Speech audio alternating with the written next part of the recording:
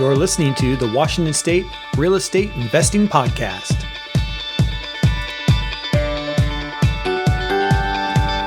This episode is sponsored by Flexispot.com, the maker of ergonomic furniture. Check out their new Pro Plus E7 standing desk and save $20 when you use code WSREIP20 at checkout. And by the Coeur d'Alene Real Estate Investors Summit, happening October 21st and 22nd. Learn from 14 national experts and local rock stars to support you in getting ahead in the next real estate wave. Register today at cdareisummit.com and save $50 by entering the promo code Kelly50 at checkout. Good day, everyone. I'm your host, Jeff Udick, back with another great episode here on the Washington State Real Estate Investing Podcast.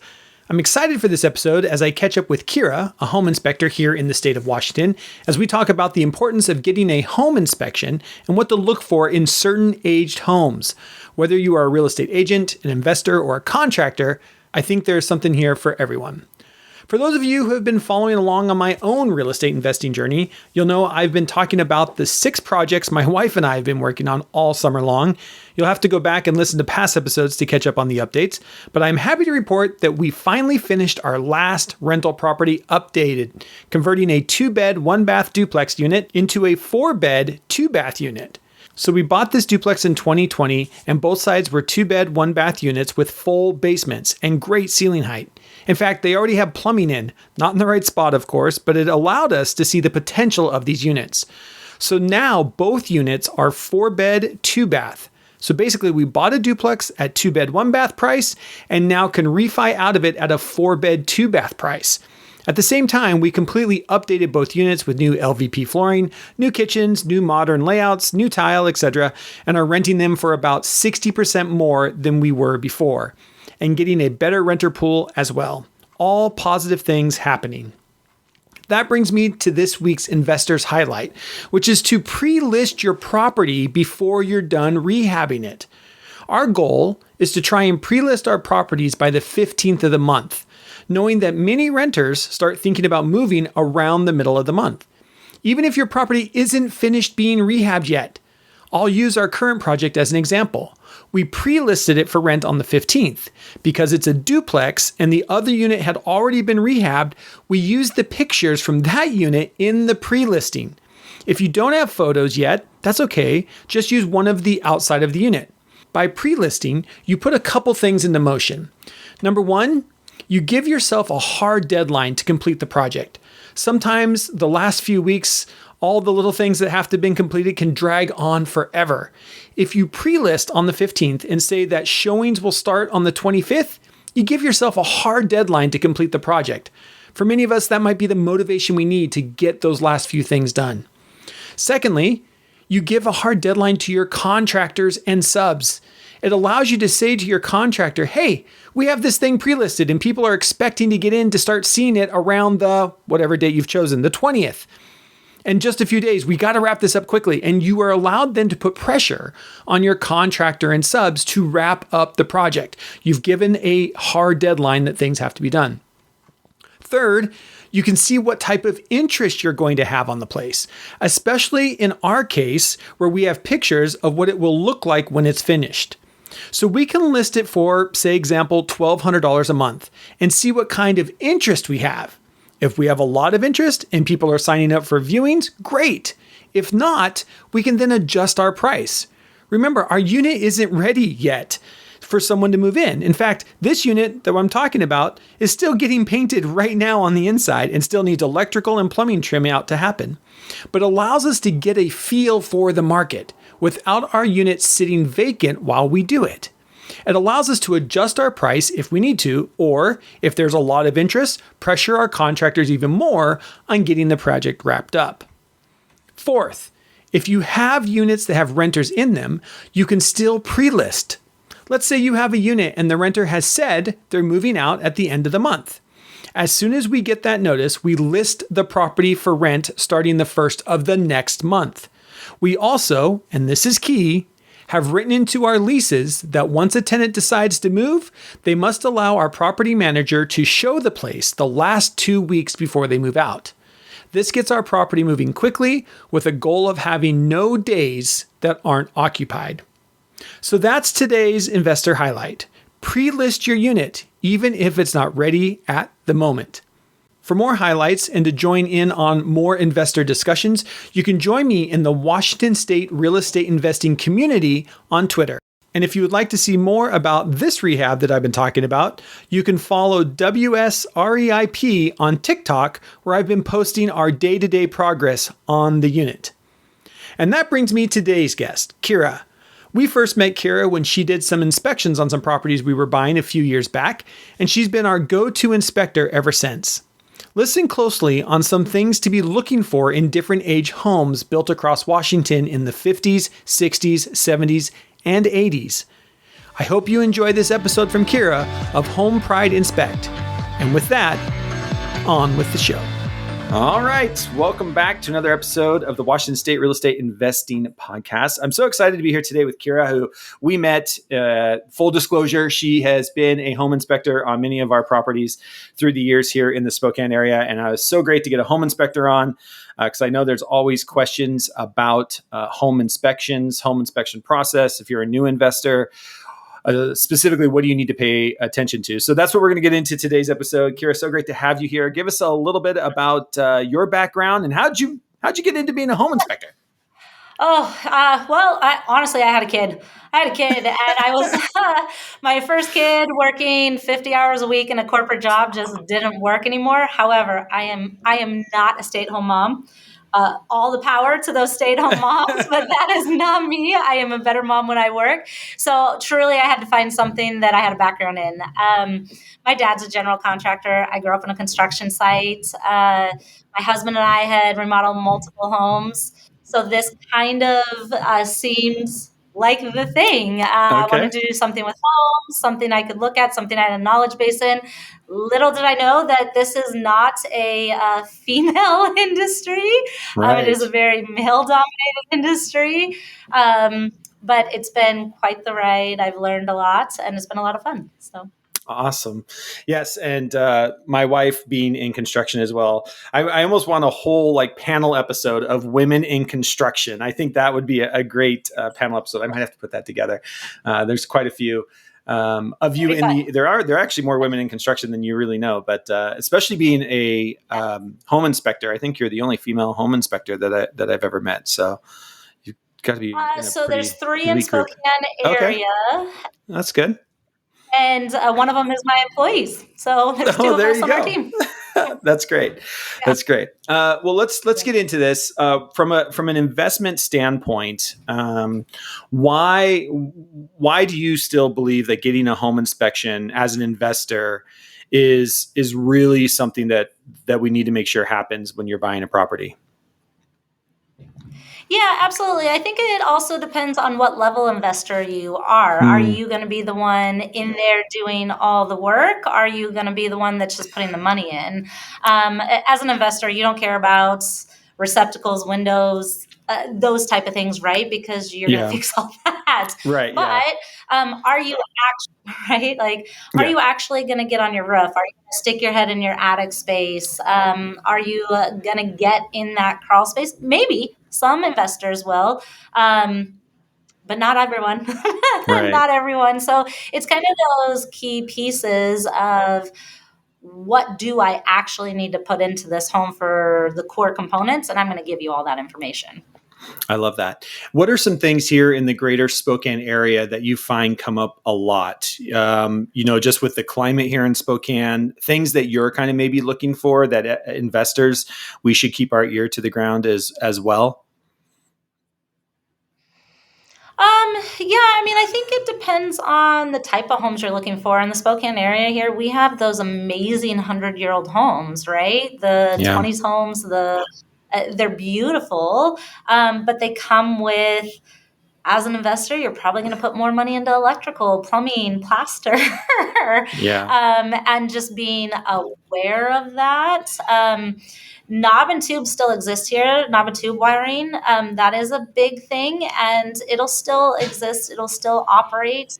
But if you're going to resell this home, your buyer may not be able to get insurance on it if Mhm. that still exists in the home. So I think those are kind of big things of what type of home are you looking at, or age, right? The type of home, because we do have a lot of old homes here. So that's something that comes up all the time. Can you talk a little bit? Because I know we and I can talk about what our strategy has been with this, but here in the Spokane area, we have something called radon that we sometimes have to be Yeah. worried about. Can you kind of maybe just explain what radon is, why an investor might want to get a radon report on their homes, and what can you help with and support with as a home inspector around that? Yeah, absolutely. I love how you said that. We have radon here. So, little misconception. Radon's actually everywhere. It exists everywhere. It is the decomposing gases of rocks and soil. The misconception is that we tend to have more high results when radon is tested versus other areas. Hmm. So what that means radon is not harmful in the open air. It just dissipates. It's not harmful, but it can get caught in our closed home conditions. And it's also how pressures, called the stack effect, that works through homes. If your home is not allowing the air that comes in to escape, those gases can get caught in there. So I think we just got downgraded. We are in, I believe, the top three. It used to be I think the second, and now it's the third leading cause of lung cancer in the United States. It is long-term exposure with everything else, but it can be important because most homes don't have radon mitigation systems. We didn't start doing that until the mid-late 90s. All new construction will have it. So that is, as an investor, if you're going to do an add-on, you will be required to put it into that addition. It's also a good idea to know if the main home needs it as well. So mitigation is not very expensive either. It's usually under $2,000 to put a mitigation system in, and that's a great thing to know while you're in there having walls open versus after the fact when you go to want to sell the home and the buyer says, "Hey, I'm not going to live Yeah. in this without this system." So it's a good thing to do. Yeah, Um, and I will say that's one of the things when you did an inspection on a couple of our properties, some of our radons came back at high levels. And to your point, I think yeah, this is good for investors to know on both. If you're flipping a home, it's good for you to know because if you do any upgrades, you're going to probably need to have that. And I know it's becoming more and more on the radar of home buyers as well. But even for us, we're looking at these as long-term holds. We want to make sure that our tenants that are inside those properties are are taken safe. care of, yeah, are safe. And so we want to take care of that as well. And Yeah, so we've just gotten into the habit that we always do a radon test. And if it does come back high, we put in a radon mitigation system. And to your point, I think they're $1,200 to $1,500 is about what ours have been roughly costing, they're not which very is money expensive. out of pocket. But at the end of the Yeah, day, you just breathe easy knowing that it's taken care of and you're doing the right thing. So that's always been, and it's been really fascinating. We've had some of our properties where only one side of a duplex came back high. And so one side of the duplex gets the radon yeah, mitigation, the other side doesn't. We've had some other duplexes where we've been able to put in one system, and the way they put in the system, it'll take care of both sides of the yeah. duplex, but there's only just one system being put in to take care of both of the basements. And I think that's a big part of it too, isn't it? Is a lot of this has to do that we have a lot of full basements here in Spokane, and is that Mhm. usually where the gases are getting trapped, Um, or is it throughout the whole house? yes and no. Okay. Yes and no. I mean, I've had agents tell me before that we have a crawl space. We don't need to worry about radon. That doesn't exist. Um, it's the same thing. You have rocks and soil under your home, whether it's in a crawl space, a basement, slab, and those gases are going to come out. So there's a lot of factors. The levels in the soil can also be higher from a neighbor's house to your house. Yeah. And then how, like you said, one side of a duplex versus another. One side might have had changes over the years that allowed it to vent better than another side. So Hmm. all of those kind of come in play. Do you find throughout Spokane, have you seen any kind of trends like North Side versus South Hill? Because I knew back in the day they used to say, oh, you only have to worry about that if you're on the north side of Spokane. We don't have radon on the south side of Spokane. And then all of a sudden you have radon. Again, you have radon everywhere. But do you notice any trends in Spokane that places seem to have it more than others? Or are you kind of just, it's basically hit or miss on that house and kind of Yeah, the floor? not with radon. I would definitely say hard water and Okay. higher water tables have more of a trends on areas. Like if I go to Okay. Cheney, you're Right. going to have a high water table. You're also going to have very hard water and probably have a water softener. There's some areas up north that are the same. So not so much on radon, but on some other areas. Interesting. I do also want to touch base on, do you guys do sewer scope on your properties? Um, Sometimes, depending on depending on Times? depending on the how old the property is, I would say we do sewer scopes if we know there's an issue. But talk about that. Why is that an important one for you? Yeah, absolutely. So sewer scope is one that I will never say no to, and I will never say no to it. I am all about giving information. Right. Sewer scope is completely underground, and I can never give you information about it. And it's usually under $200, but any type of repairs to sewer are in the thousands, tens of thousands, right? So I think that is something that you said radon's becoming more aware of buyers. I think Yeah. sewer scopes are also becoming a little bit more aware because it's just that such a low cost to know. You won't know until you move in and you're using it on a regular basis. And we do have Orangeburg in a lot of areas that were used in Spokane. I don't know if you're familiar with that, Yeah. Can you talk about what that but is?